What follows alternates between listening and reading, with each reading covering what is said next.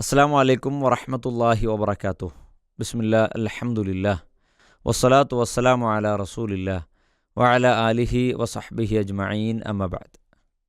ഏറെ പ്രിയം നിറഞ്ഞ പഠിതാക്കളെ, പീസ് റേഡിയോ പ്രേക്ഷകരെ, ശ്രോതാക്കളെ, അറബി ഭാഷ പഠന കോഴ്സ് കഴിഞ്ഞ ഒരുപാട് ദിവസങ്ങളായി അറബി ഭാഷ പഠിക്കാൻ ആഗ്രഹം വെച്ച് നടന്നിരുന്ന ഒരു പറ്റം ആളുകൾക്ക്, നൂറുകണക്കിന് ആയിരക്കണക്കിന് ആളുകൾക്ക് ആശ്വാസം എന്നോണമാണ് പീസ് റേഡിയോയിൽ അറബി ഭാഷാ പഠന കോഴ്സ് ആരംഭിച്ചത്.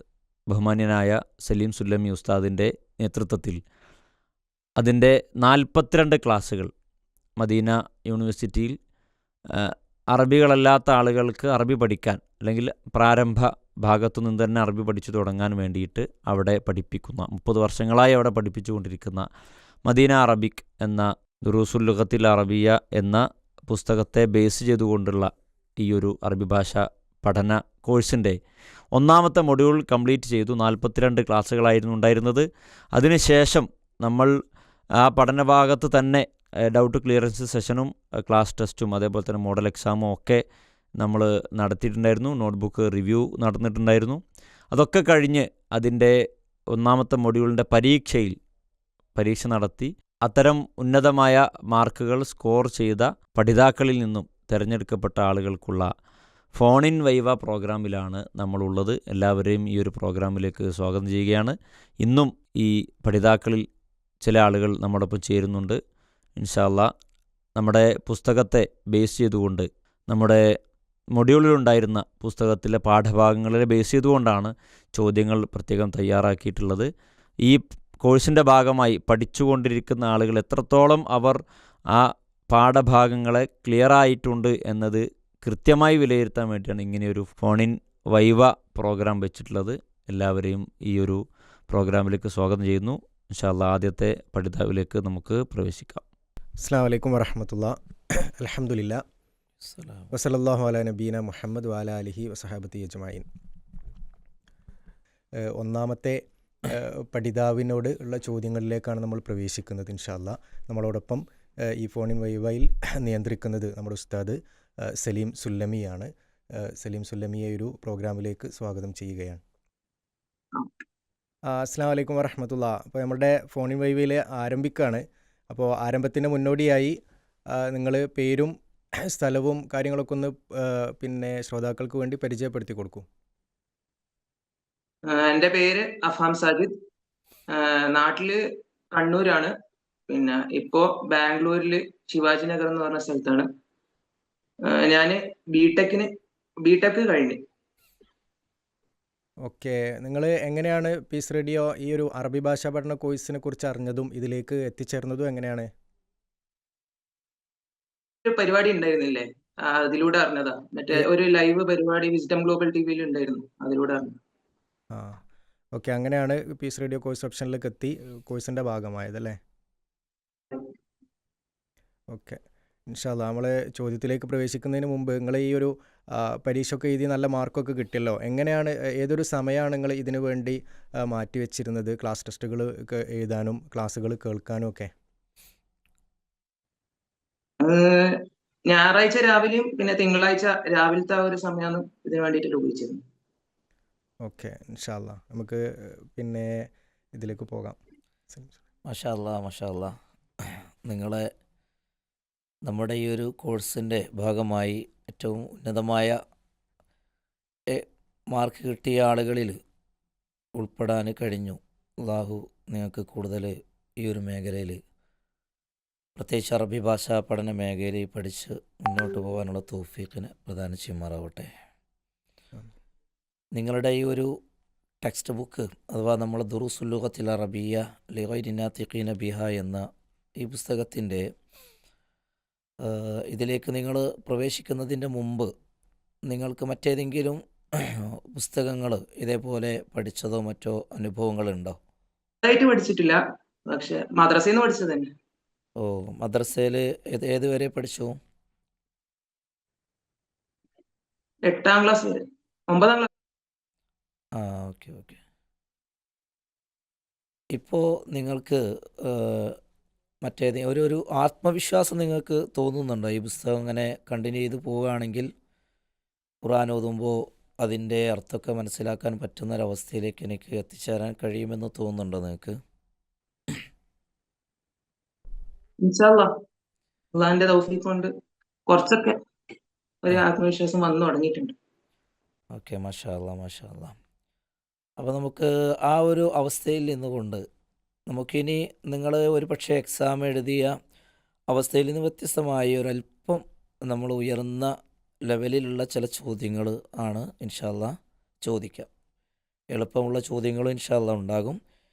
എന്നിരുന്നാലും ആദ്യത്തെ ഒരു ചോദ്യം എന്ന് പറയുന്നത് നമുക്ക് എളുപ്പമുള്ള ഒരു ചോദ്യമാവട്ടെ അല്ലേ? എളുപ്പമുള്ളത് എന്നതിന് അറബിയിൽ എന്താണ് പറയുക? സഹലത്ത്. മാഷാ അല്ലാ, മാഷാ അല്ലാ, വെരി മാഷാ ഗുഡ്, അഹ്സൻത.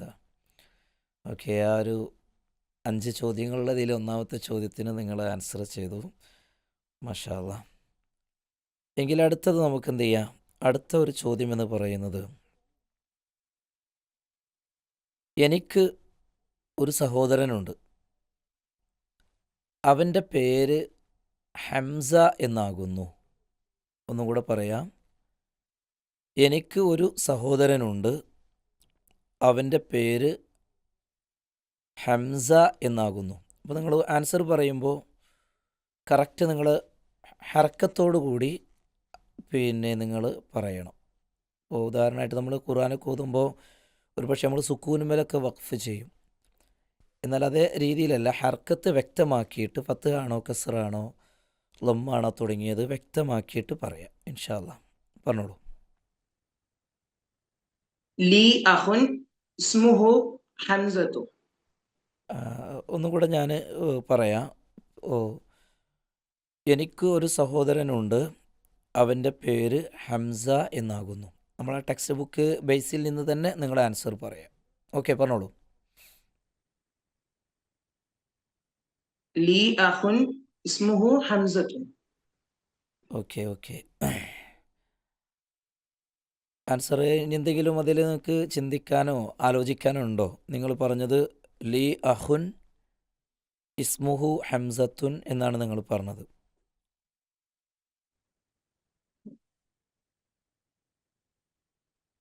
അത് തന്നെയാണ്. Okay, okay. അപ്പോൾ ഇൻഷാ അല്ലാ നമ്മൾ അതിൻ്റെ ആൻസർ കൂടെ ഞാൻ പറയാം. ടെക്സ്റ്റ് ബുക്കിലെ ബേസ് ചെയ്തുകൊണ്ടുള്ള ചില കാര്യങ്ങൾ നമുക്ക് വ്യത്യസ്ത രീതിയിലൂടെ നമുക്ക് അറബിയിൽ പറയാൻ കഴിയും. എങ്കിലും ഇവിടെ നിങ്ങളുടെ ആ ഒരു ആൻസർ പറയുന്നതിൽ പ്രധാനപ്പെട്ട ഒരു വിഷയമെന്ന് പറയുന്നത് നമ്മൾ പഠിച്ചിട്ടുണ്ടായിരുന്നു അല്ലേ, മംനു മിന സർഫ് എന്ന് പറയുന്ന വിഷയം. അപ്പോൾ ഹംസത്തുൻ എന്ന് പറയില്ല, അവിടെ നമ്മൾ ഹംസത്തു എന്നേ പറയൂ, ഹംസത്തു എന്നേ പറയൂ. കാരണം എന്താ, ഉസാമത്തു, ത്വൽഹത്തു തുടങ്ങിയ നാമങ്ങൾക്ക് നമ്മൾ തൻവീന് പറയില്ല എന്ന് പറഞ്ഞിട്ടുണ്ടായിരുന്നു. അപ്പോൾ ആ ഒരു വിഷയം ഒന്ന് ശ്രദ്ധിക്കുക. രണ്ടാമത്തേത് ലീ അഹുൻ വാഹിദുനിസ്മുഹു ഹംസത്തു എന്നാണ് പറയുക. അപ്പോൾ എനിക്കൊരു സഹോദരൻ, ഇപ്പം ഇന്ന് ലീ അഹുൻ എന്ന് പറഞ്ഞാൽ തെറ്റൊന്നുമില്ല. പക്ഷേ നമ്മൾ ആ ഒരു പുസ്തകത്തിൻ്റെ ഒരു മേഖലയിലൂടെ പോകുമ്പോൾ ലീ അഹുൻ വാഹിദുനിസ്മുഹു, അവിടെ നമ്മൾ ഹംസത്തുൽ വസലിൻ്റെ ഹംസയുടെ നിയമം പറഞ്ഞത് ഓർമ്മയുണ്ടാവുമല്ലോ. അഥവാ അത് തുടക്കത്തിലാണെങ്കിൽ ഇസ്മുഹു എന്ന് പറയും, ഇടയിലാണ് വരുന്നതെങ്കിൽ അതിനുച്ചാരണം വരുന്നില്ല എന്ന് പറഞ്ഞിരുന്നു. ഏതായിരുന്നാലും ഇൻഷാ അല്ലാ ഇത് ഞാനിങ്ങനെ തന്നെയുള്ള ചോദ്യങ്ങൾ സെലക്ട് ചെയ്യാൻ കാരണം മാഷാ അല്ലാ നിങ്ങൾ ഒരു ഉയർന്ന ലെവലിലേക്ക് എത്താൻ പോവുകയാണ്. അപ്പോൾ അതുകൊണ്ട് ഭാവിയിൽ നിങ്ങൾ ഈ കാര്യം കൂടെ ശ്രദ്ധിക്കണം എന്നതുകൊണ്ടാണ് ആ രൂപത്തിലൂടെ ചോദിച്ചത്. ഇൻഷാ അല്ലാ നമുക്ക് അടുത്ത ചോദ്യത്തിലേക്ക് പോലെ കണ്ടിന്യൂസ് ആയിട്ട് പോകാം. ഓക്കെ. അപ്പോൾ നിങ്ങൾ മൂന്നാമത്തെ ചോദ്യത്തിലേക്കാണ് പോകുന്നത്.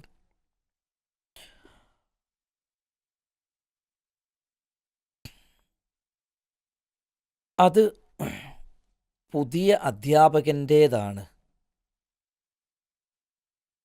അത് പുതിയ അധ്യാപകൻ്റേതാണ്.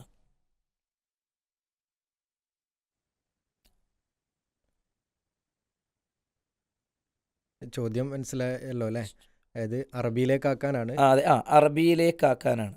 മൂന്നാമത്തെ ചോദ്യം. അത് അധ്യാപകൻ്റേതാണ് ഉം. എന്നത് അറബിയിലേക്ക് മാറ്റുക. കേൾക്കുന്നില്ല, സംസാരം കേൾക്കുന്നുണ്ടല്ലോ അല്ലേ? ആലോചിച്ചോളൂ. ذلك للمدرس الجديد. മാഷാ അല്ലാ, വെരി ഗുഡ്, അഹ്സൻത. Okay okay. അപ്പോൾ മൂന്നാമത്തെ ആൻസർ ശരിയായിട്ടുണ്ട്, അൽഹംദുലില്ലാ. മാഷാ അല്ലാ. ഓക്കെ. അപ്പോൾ നാലാമത്തെ അങ്ങനെയാണെങ്കിൽ ചോദ്യത്തിലേക്ക് നമുക്ക് എന്ത് ചെയ്യാം, ഇനി ഒരു നാലാമത്തെ ചോദ്യത്തിലേക്ക് പോകാം ഇൻഷാ അല്ലാ. അൽ ഉസ്ഫൂറു ത്വാഇറുൻ സ്വഗീറുൻ. ഈ ഒരു സെൻറ്റൻസിലെ നഅത്ത് മൻഊത്ത് ഇതിനൊന്ന് വേർതിരിച്ച് പറയാം. അൽ ഉസ്ഫൂറു ത്വാഇറുൻ ജമീലുൻ, ഇതിലെ നഅത്ത് ഏതാണ്, മൻഊത്ത് ഏതാണ് എന്ന് ഒന്ന് വേർതിരിച്ച് പറയാം. ഉസ്ഫൂർ മനൂത്ത്, ത്വായിർ നാഅത്ത്.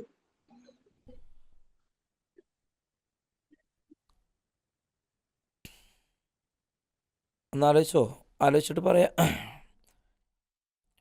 ഇവിടെ അൽ ഉസ്ഫൂർ ത്വാഇറുൻ സ്വഗീറുൻ, അൽ ഉസ്ഫൂറു ത്വാഇറുൻ സ്വഗീറുൻ, ഇതിലെ നഅത്ത് മൻഊത്താണ് വേണ്ടത്.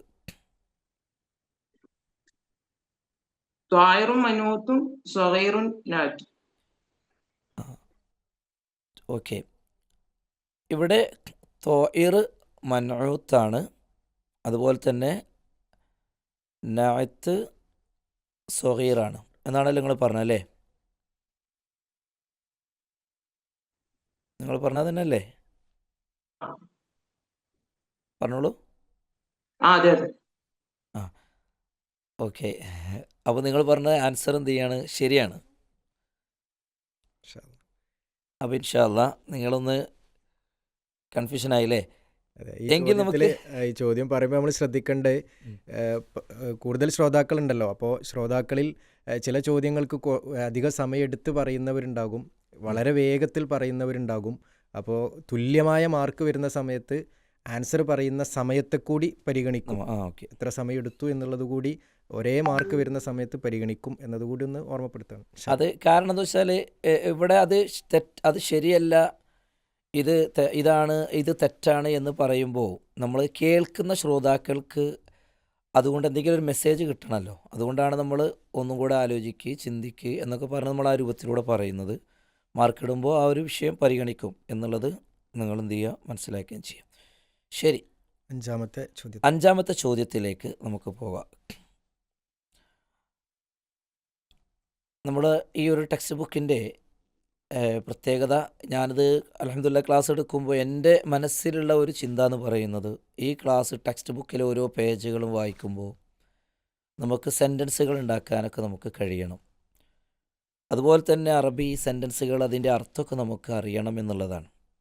അപ്പോൾ ആ അർത്ഥത്തിലൊരു സെൻറ്റൻസ് നിങ്ങളോട് പറയുകയാണ്, അതിൻ്റെ മലയാളമാണ്, അതിൻ്റെ അറബിയാണ് നിങ്ങൾ പറയേണ്ടത്.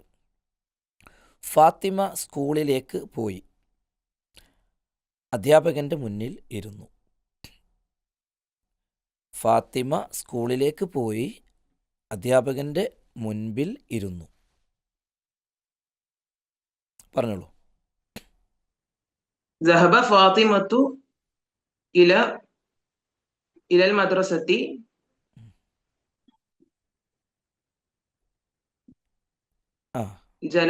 وجلس أمام المدرس.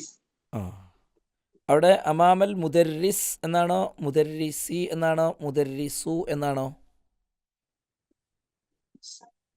മുദരിസി. ഓക്കെ.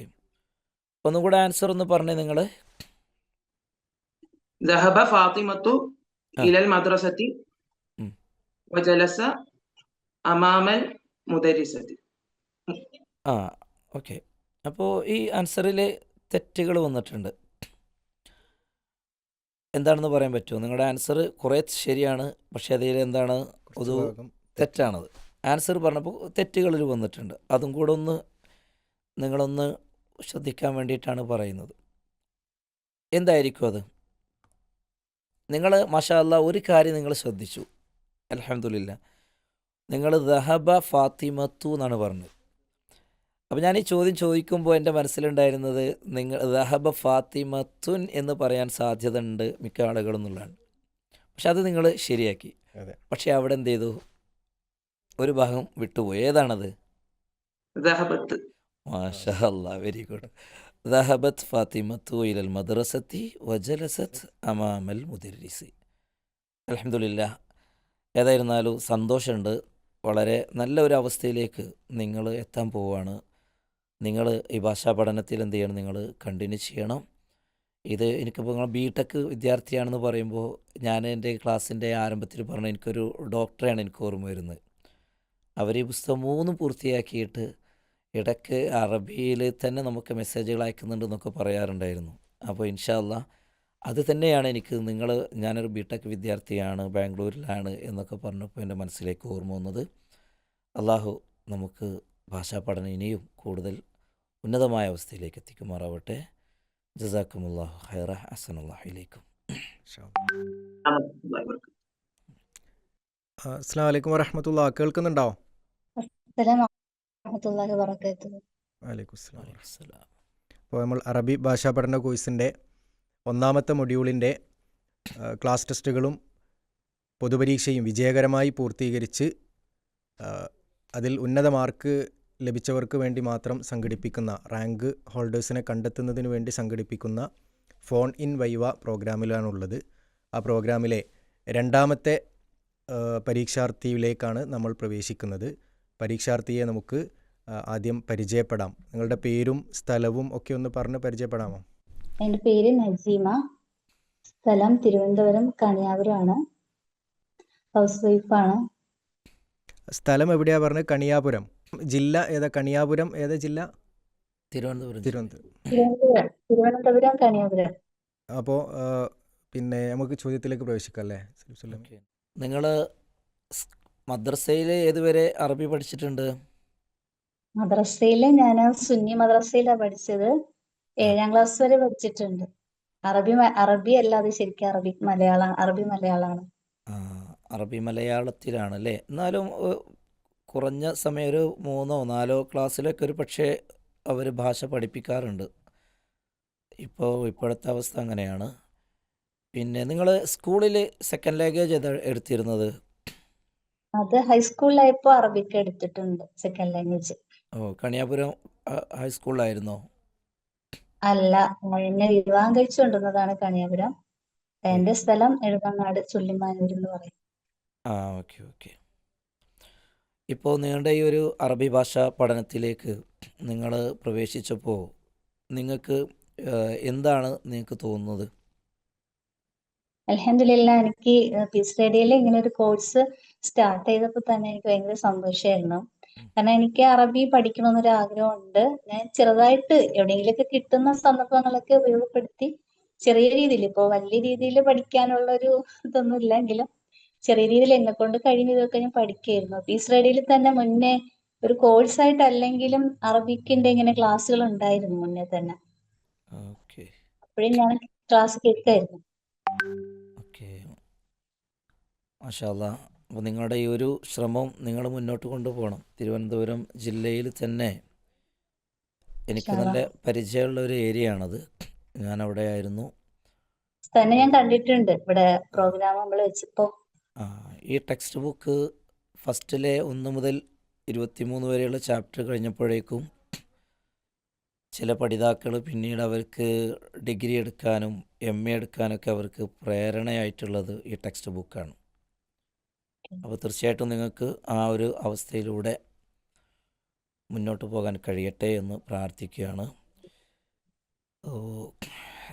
അറബി ഭാഷാ പഠനം എളുപ്പമാണ് അല്ലേ?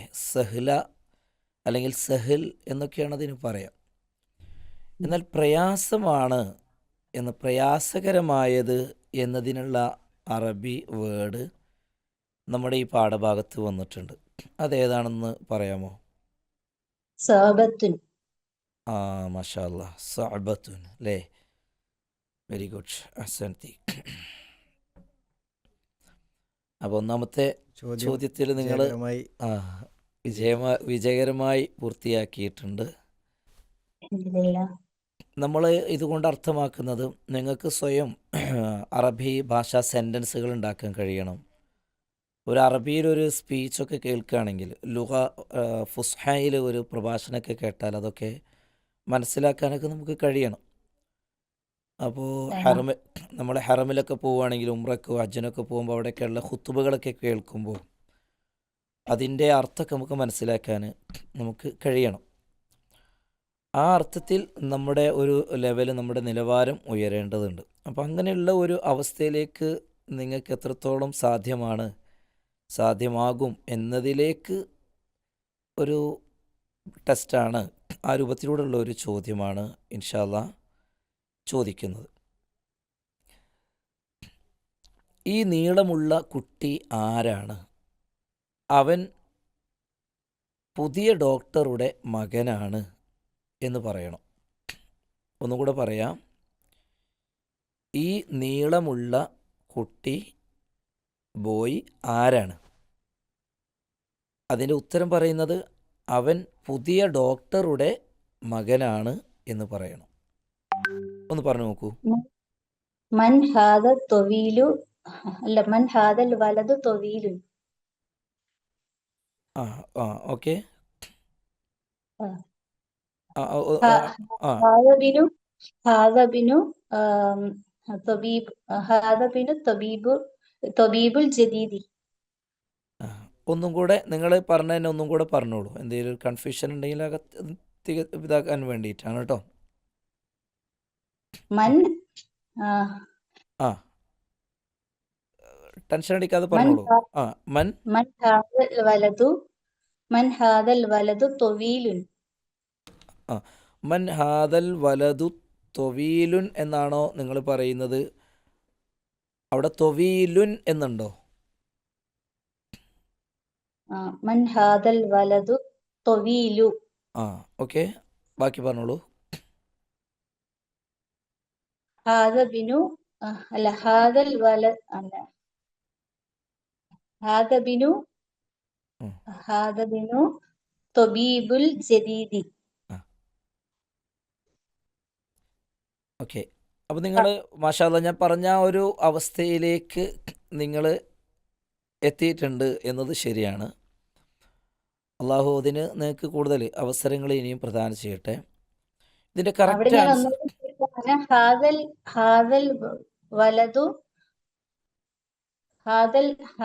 ഹാദൽ വലതു ഇബ്നു തൊബീബിൽ ജദീദി. ഓക്കെ, നിങ്ങൾ പിന്നെ ഞാൻ പറയുന്നത് നിങ്ങൾ നല്ല കഴിവുള്ള ആളാണ് മാഷാ അല്ലാഹ്. കാരണം അവിടുന്ന് ഇവിടുന്നൊക്കെ നിങ്ങൾ വാക്കുകളെടുത്ത് നിങ്ങൾ സെൻറ്റൻസുകളാക്കാൻ ശ്രമിക്കുന്നുണ്ട്. ശരി, പക്ഷെ ഇതിൻ്റെ കറക്റ്റ് ആൻസർ നമ്മൾ പറയുമ്പോൾ ഇങ്ങനെയാണ്. മൻ ഹാദൽ വലതു തൊവീലു, അത് നിങ്ങൾ പറഞ്ഞത് ശരിയാണ്. എന്നിട്ട് ഹുവ ബിനു തൊബീബിൽ ജദീദി എന്നാണ് പറയുക. ഹുവ ബിനു തൊബീബിൽ ജദീദി എന്നാണ് പറയുക. അത് എന്തുകൊണ്ടാണെന്ന് നിങ്ങൾക്ക് മനസ്സിലായല്ലോ. ഹുവ ബിനു എന്ന് പറഞ്ഞത് എന്തുകൊണ്ടാണ്? തൊബീബി അൽ ജദീദി. ഇൻഷാ അല്ലാഹ്. ഓക്കെ, മൂന്നാമത്തെ ചോദ്യത്തിലേക്ക് പോകാം നമുക്ക്. മൂന്നാമത്തെ ചോദ്യം, ഹാദ ഖലമുൽ മുദർരിസി. ഇതിൻ്റെ അർത്ഥം എന്താണ്? ഇത് ചോദ്യമല്ല കേട്ടോ, ഇത് ഞാൻ അതിനോടുള്ള ഒരു ഉപചോദ്യം ചോദിച്ചതാണ്. എന്താണ് ഇതിൻ്റെ അർത്ഥം? ഇത് മുദരിസിന്റെ അധ്യാപകന്റെ പേനയാണ്. ഇത് അധ്യാപകൻ്റെ പേനയാണല്ലേ. മാഷാ അല്ലാഹ്. എങ്കിൽ ചോദ്യത്തിലേക്ക് വരാം. ഇതിലെ മുലാഫ് ഏതാണ്? മുലാഫിൻ ഇലൈഹി ഏതാണ്? മുലാഫ് കലമ്, മുലാഫുൻ ഇലൈഹി മുദരിസ്. ഓക്കെ, മാഷാ അല്ലാഹ്. അപ്പോൾ മൂന്നാമത്തെ ചോദ്യത്തിന് നിങ്ങൾ കറക്റ്റ് ആൻസർ പറഞ്ഞിട്ടുണ്ട്. ഓക്കെ, അടുത്തത് നാലാമത്തെ ചോദ്യത്തിലേക്ക് നമുക്ക് പ്രവേശിക്കാം. ഞാൻ നേരത്തെ പറഞ്ഞു നമുക്ക് എത്രത്തോളം ഈ വിഷയങ്ങൾ സെൻറ്റൻസുകളെ കോൺസെൻട്രേറ്റ് ചെയ്തുകൊണ്ടുള്ള ചോദ്യങ്ങളാണ് കൂടുതൽ ഞാൻ സെലക്ട് ചെയ്തത്. കാരണം ഉയർന്ന ലെവലിലേക്ക് എത്തിയ ആളുകളാണല്ലോ നിങ്ങൾ, അതുകൊണ്ടാണത്. സാധാരണ നമ്മൾ കുറച്ചും കൂടെ സഹലായിട്ടുള്ള ചോദ്യങ്ങളായിരുന്നു ചോദിച്ചിരുന്നത്. എനിക്കൊരു സഹോദരനുണ്ട്. അവൻ്റെ പേര് ഹംസ എന്നാകുന്നു. അന ആ അന അഖി ആ ഇസ്മുഹു ഹംസത്തു. ഒന്നുകൂടെ പറഞ്ഞോളൂ. അന അഖി ഉം. അല്ല അന അഖി അല്ല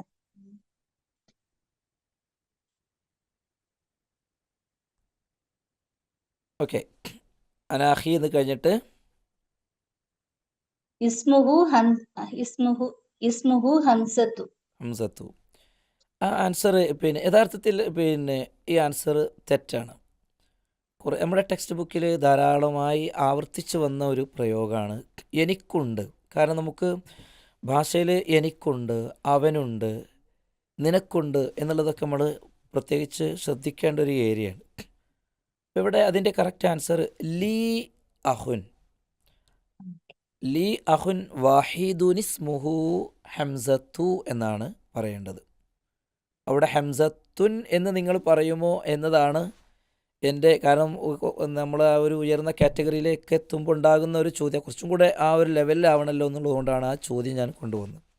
അപ്പോൾ എനിക്ക് തോന്നുന്നത് ആ ഒരു ഭാഗം നിങ്ങളൊന്നും കൂടെ ശ്രദ്ധിക്കണം, അഥവാ എനിക്കുണ്ട് തുടങ്ങിയ ഭാഗങ്ങൾ. ലീ അഹുൻ വാഹിദുനിസ്മുഹു ഹംസത്തു എന്നാണ്. ശരി, നാലാമത്തെ ചോദ്യത്തിലേക്ക് നമുക്ക് അഞ്ചാമത്തെ ചോദ്യത്തിലേക്ക്. ഇനി ഒരു ചോദ്യം കൂടെയാണ് നിങ്ങളെ കാത്തിരിക്കുന്നത്. ഭക്ഷണമൊക്കെ കഴിക്കാൻ വേണ്ടിയിട്ട് പോവുകയാണല്ലോ നമ്മൾ, അല്ലേ? ഭക്ഷണം വളരെ രുചിയുള്ളതാണ് എന്ന് പറയുന്നിടത്ത് ആ രുചിയുള്ളത് എന്നതിൻ്റെ അറബി പദം എന്താണ്? ടേസ്റ്റി. ലദീദുൻ. മാഷാ അല്ലാഹ്. ലദീദത്തുൻ എന്നൊക്കെയാണ്. അപ്പം അഞ്ചാമത്തെ ചോദ്യത്തിന് നിങ്ങൾ ആൻസർ പറഞ്ഞിട്ടുണ്ട്. ഇൻഷാ അല്ലാഹ് നിങ്ങളുടെ പഠനം കൂടുതൽ അടുക്കും ചിട്ടയോടുകൂടി അടുത്ത മൊഡ്യൂള് നിങ്ങൾ പഠിക്കണം. ഈ പഠനവുമായി മുന്നോട്ട് പോകണം. തിരുവനന്തപുരം ജില്ലയിൽ അറബി അറിയുന്ന ആളുകളെ നമ്മുടെ മദ്രസയിലും അതുപോലെ തന്നെ മറ്റു പല ഇടങ്ങളിലേക്കും നമുക്ക് ആവശ്യമാണ്. അള്ളാഹു ഈ രംഗത്ത് ആത്മാർത്ഥമായി ഇഖ്ലാസോടെ മുന്നോട്ട് പോകാനും നിങ്ങൾക്ക് തൗഫീഖിനെ പ്രദാനം ചെയ്യുമാറാവട്ടെ. അസ്സലാമു അലൈക്കും. വഅലൈക്കും അസ്സലാം വറഹ്മത്തുള്ളാഹി. മാഷാ അല്ലാ.